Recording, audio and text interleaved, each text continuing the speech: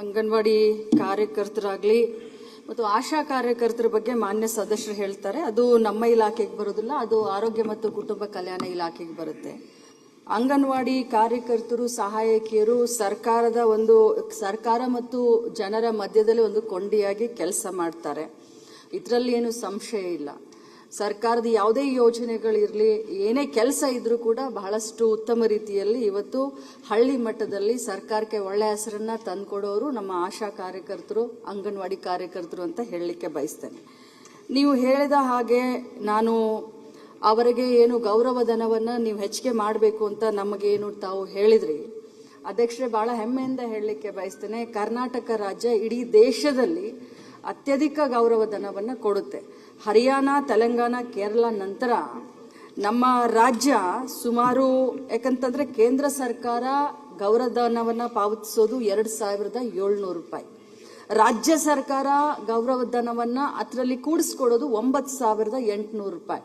ಅಂದ್ರೆ ಇಡೀ ದೇಶದಲ್ಲಿನೇ 4ನೇ ಇದರಲ್ಲಿ ನಮ್ಮ ಸರ್ಕಾರ ಇದೆ. ಮತ್ತು ಹೋದ ಏಪ್ರಿಲ್ನಲ್ಲಿ ನಾವು ಅಂಗನವಾಡಿ ಕಾರ್ಯಕರ್ತರಿಗೆ 1,000 ರೂಪಾಯಿ ಮತ್ತು ಸಹಾಯಕಿಯರಿಗೆ 7,200 ರೂಪಾಯಿ ಹಾಗೆ ಹೋದ ಬಜೆಟ್ನಲ್ಲೇ ನಾವು ಘೋಷಣೆ ಮಾಡಿ ಅದನ್ನು ಈಗಾಗಲೇ ಇಂಪ್ಲಿಮೆಂಟ್ ಮಾಡಿದ್ದೇವೆ.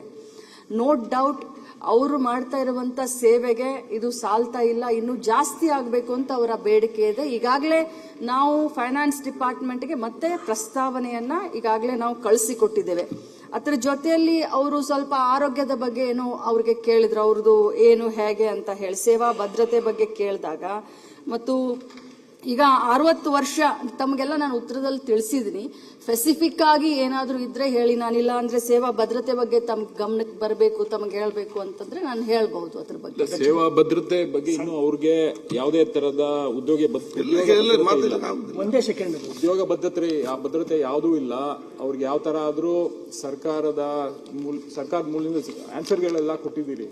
ಆದ್ರೆ ಅವ್ರಿಗೆ ಇನ್ನೂ ಭದ್ರತೆನ ಯಾವ ತರ ಒದಗಿಸ್ತೀರಿ? ಮತ್ತೀಗ ಮಿನಿಮಮ್ ವೇಜಸ್ ಏನಿದೆ ಅದನ್ನು ಅವ್ರಿಗೆ ಸಿಗ್ತಾ ಇಲ್ಲ.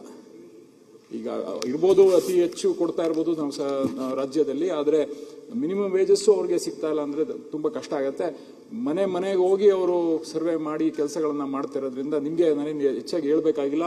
ಅವ್ರಿಗೆ ಸೇವಾ ಭದ್ರತೆ ಯಾವ ತರ ಕೊಡ್ತೀರಿ ಅನ್ನೋದ್ರ ಬಗ್ಗೆ ದಯವಿಟ್ಟು ಮಾಹಿತಿ